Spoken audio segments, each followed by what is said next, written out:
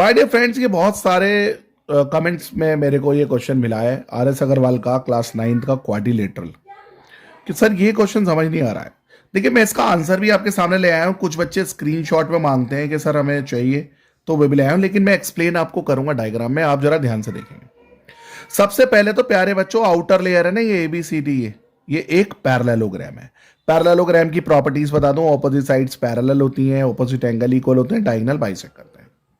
और हमसे कह रहा है BAP, यानी BAP अगर ये x है, ये वाला BAP एंगल ये DAP के इक्वल है, यानी ये बाइसेक्टर दे रखा है AP। DAP और BAP का एक मतलब है ये बाइसेक्टर, AP जो है एंगल बाइसेक्टर। ठीक है माय डियर फ्रेंड्स, अब मुझे बताइए ये लाइन इसके पैरेलल है। देखो मैं आपको डायग्राम में समझा दे रहा हूं, ये जो लिखा है ना ये सब, ये मैं आपको डायग्राम में समझा रहा हूं और आप उसे समझ के बहुत अच्छे से कर लेंगे। ये लाइन अगर पैरेलल है तो ये ट्रांसवर्सल नहीं हो गई माय डियर फ्रेंड्स, बताओ ये ट्रांसवर्सल नहीं हो गई, तो ये एंगल इसके इक्वल नहीं होगा। बताइए क्यों होता है ये ऑल्टरनेट इंटीरियर एंगल, ये एक्स है तो ये भी एक्स होगा।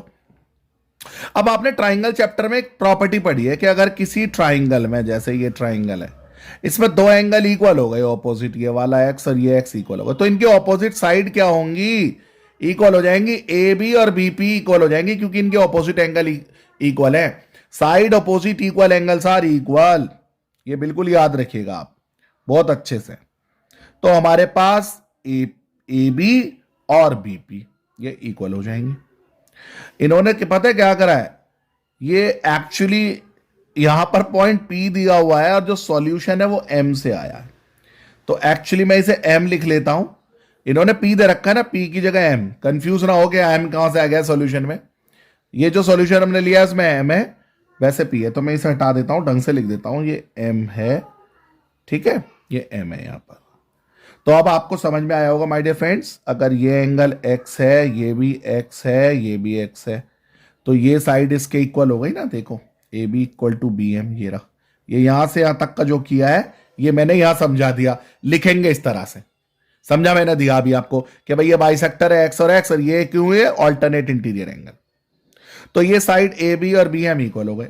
अब जो एम है मिड पॉइंट है, यानी जो बी एम है वही सी एम है, जो भी लेंथ बी एम है सी एम है, यानी सी एम को मैं एक तरीके से ए बी के इक्वल नहीं कह सकता माय डियर फ्रेंड्स।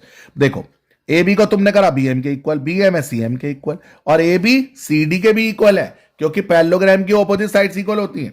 तो ये देखो ए बी सी डी के इक्वल है, पैरेललोग्राम की ऑपोजिट साइड्स।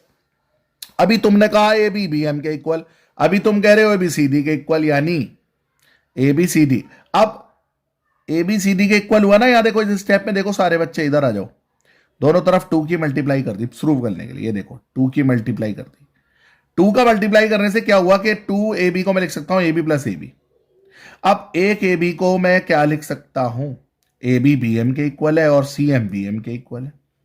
एक ए बी की जगह बी एम लिख दिया, एक ए बी की जगह सी एम लिख दिया, यानी B M plus M C को ट्वाइस सी डी, और B M plus C M क्या हो गया बेटा, B C. B C twice C D, और बी सी किसके इक्वल है, ए डी के। अब मैं आपको ये ऐसे समझा देता हूं, कुछ बच्चे कहेंगे सर हमें ऐसे समझ नहीं आया, आपने क्या कहा। देखो इस डायग्राम में आओ दोबारा से, ये एक्स, तो ये भी एक्स ऑल्टरनेट से, ये साइड इसके इक्वल।